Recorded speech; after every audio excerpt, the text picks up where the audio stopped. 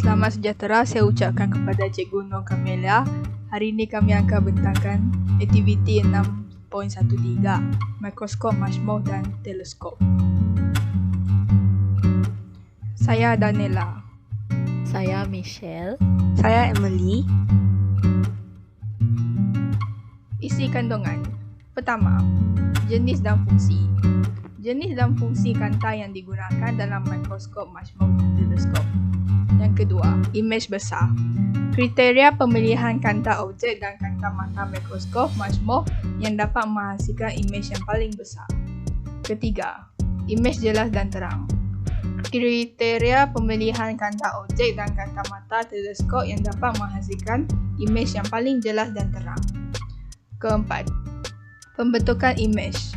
Lukiskan gambar raja sinar untuk menunjukkan pembentukan imej dalam sebuah mikroskop majmuk dan teleskop. 1. Jenis dan fungsi. Jenis dan fungsi kanta yang digunakan dalam mikroskop majmuk dan teleskop. Jenis kanta yang digunakan mikroskop majmuk. 1. Kanta objek. Membesarkan objek untuk imej yang terperinci. Yang kedua pula ialah kanta mata, membesarkan imej yang telah dibesarkan oleh kanta objektif. Seterusnya teleskop. Kanta objek teleskop menumpukan sinar cahaya yang jauh untuk membentuk imej nyata, songsang dan mengecil di titik fokus. Manakala kanta mata teleskop membesarkan imej dari kanta objek.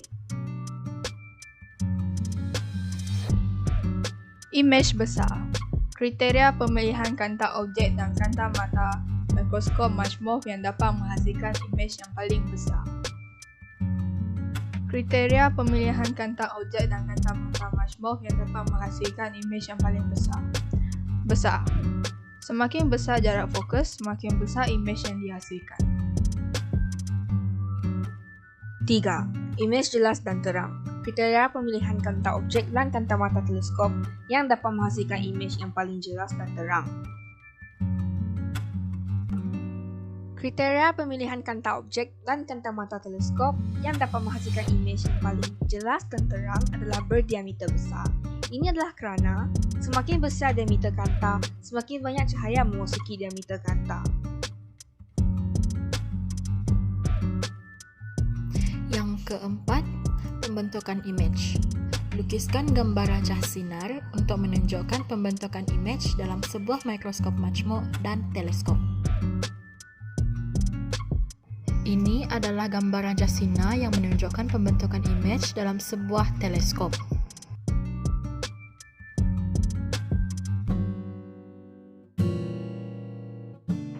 Sinar satu yang melalui pusat optik kanta objek tidak terpesong dan menghala ke kanta mata. Sinar 2 yang melalui fokus utama kanta objek dibiaskan selari dengan paksi utama bersilang dengan sinar 1 dan terus ke kanta mata. Sinar ketiga yang selari dengan sinar 1 dan sinar kedua dibiaskan melalui titik persilangan sinar 1 dan 2.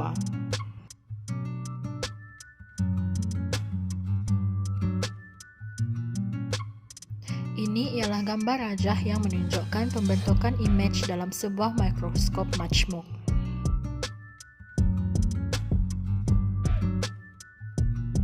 Kanta yang terletak di depan objek ialah kanta objektif, sementara kanta yang terletak di belakang kanta objektif ialah kanta mata.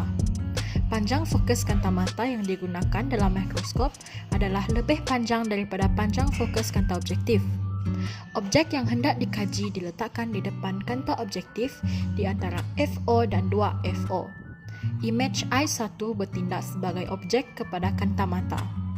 Kedudukan kanta mata diubah sesuaikan supaya imej I1 berada pada jarak yang kurang dari panjang fokusnya.